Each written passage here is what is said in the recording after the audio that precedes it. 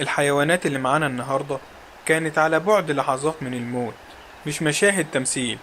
دي مواقف حقيقية لحيوانات اتحطت في أخطر ظروف ممكنة، وكل واحد فيهم كان بيحاول ينجو بأي طريقة. بس الغريب إن في لحظات اليأس دي بعض الحيوانات قدرت تتواصل مع البشر وطلبت المساعدة بطريقتها الخاصة. وأول ما الإنسان اتدخل القصة اتغيرت تماما. كمل الفيديو للآخر وشوف لحظات إنقاذ حقيقية وتصرفات هتخليك تقول معقول الحيوان بيفهم كده. وقبل ما نكمل تعالوا ناخد حسنتين ونصلي على سيدنا محمد صلى الله عليه وسلم. أنا عبده من قناة عين الحياة، ولو بتحبوا الفيديوهات الإنسانية والغريبة اعمل اشتراك وفعل الجرس وسيب لايك عشان الفيديو يوصل لناس أكتر. عاوزين نوصل الفيديو ده ل1000 لايك، ويلا بينا.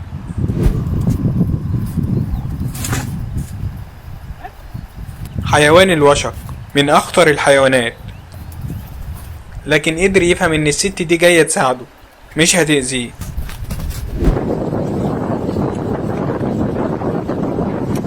الجمل كان عطشان جدا، فوقف الراجل ده وخلاه نزل من العربية عشان يسقيه.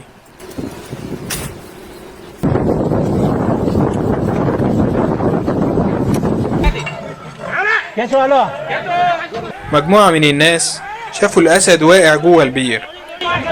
بالرغم من إنه حيوان مفترس إلا إن الإنسانية بتقول لازم ننقذه ونساعده. الرحمة دايما في قلوب البشر.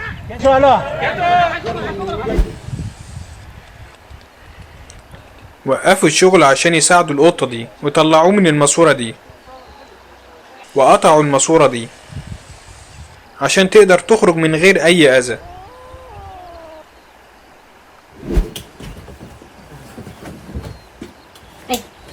من المواقف اللي صعب تصدقها، سمعوا صوت جاي من الحيطة فقرروا كسروها ولقوا الكلب جوه الحيطة،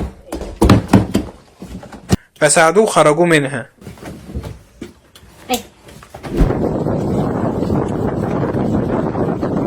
الراجل ده قدر يساعد الراكون عشان يكمل حياته من جديد.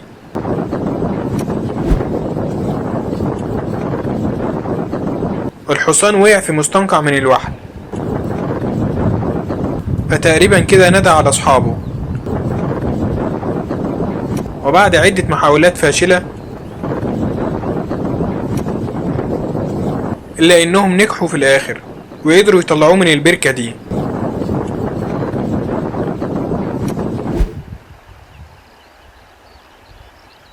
البقر أحيانا تصرفاته بتبقى غبية، إزاي عمل الحركة دي كده؟ لكن من حسن الحظ إن الراجل ده عدى في الوقت المناسب وقدر يساعده هو ومجموعة من الناس بعد معاناته لوحده.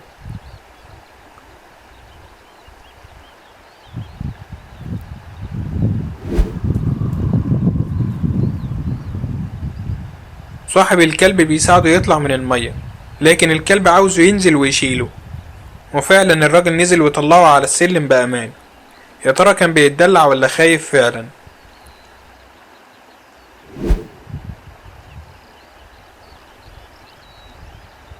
القطة رغم موقفها ده كانت خايفة من العامل، لكن الحمد لله قدر يمسكها قبل ما تقع وأنقذها في اللحظة الأخيرة.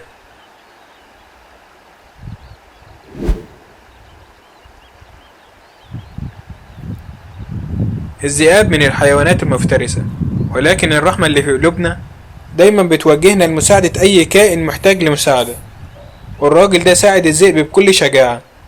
الصراحة أنا لو مكانه هخاف.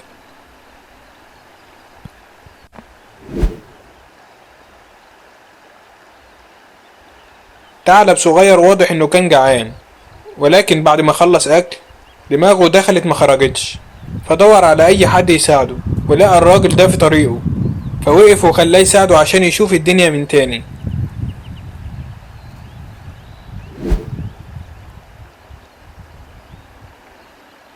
الطائر ده شكله كان مهاجر، لكن وقع في مكان كان هيكمل حياته هنا، ومن حسن حظه الراجل ده شافه وساعده عشان يقدر يطلع ويكمل رحلته.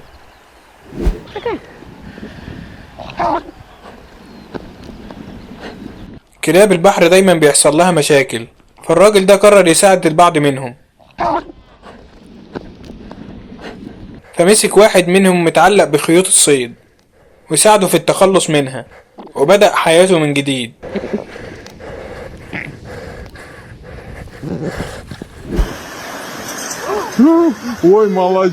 القطط ذكية جدا، فهمت من أول لحظة إن الناس دي جاية تساعدها، فأول لما نزلوا السلم قفزت عليه عشان يسحبوه لفوق وتنجو بسلام من المياه.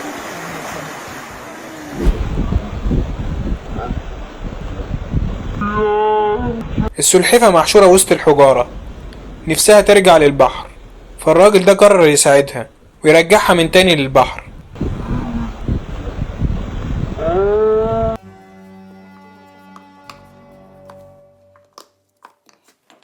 النمر ده وهو بياكل واضح انه مفرقش بين اللحم والعظم، ففي عظمة رشقت في اسنانه، فالناس دي جاية عشان تساعده وتخلصوا من وجع الاسنان اللي هو فيه.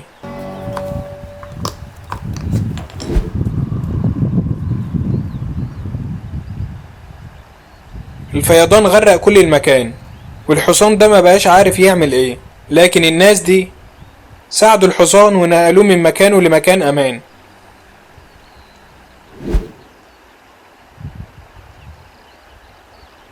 الطائر ده اتزنق جوه ومش عارف يخرج. الراجل شاف امه بره قلقانة عليه، فقرر يمسكه ويخرجه لامه من تاني.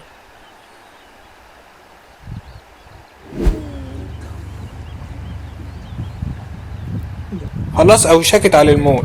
السلحفة دي كانت في لحظتها الأخيرة، لكن للعمر بقية. الصيادين دول ساعدوها في التخلص من شباك الصيادين.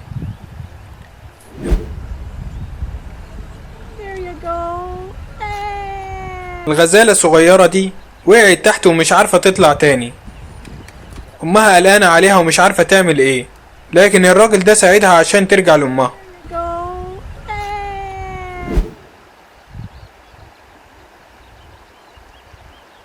الراجل ده شاف حاجة من بعيد، نط السور وبيجري عليه. ايه ده؟ خروف مقلوب على ظهره ومش عارف يتعدل، لكن الراجل ده نظره 6/6، شافه وراح وعدله عشان يقوم ويجري من تاني.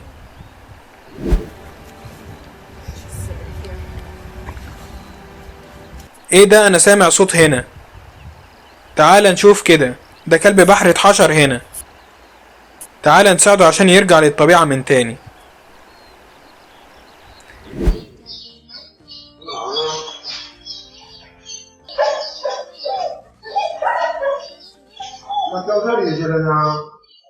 الكلاب مش بس أوفياء للبشر، دي غريزة عندهم تجاه أي كائن بيحبوه. صاحبه وقع في بلاعة فقرر يوقف أي حد عشان يساعده، بالرغم من إن الراجل ده ما خدش باله ومشي، لكن الكلب ما سابوش إلا لما رجع وساعد الكلب وطلعه من البلاعة دي.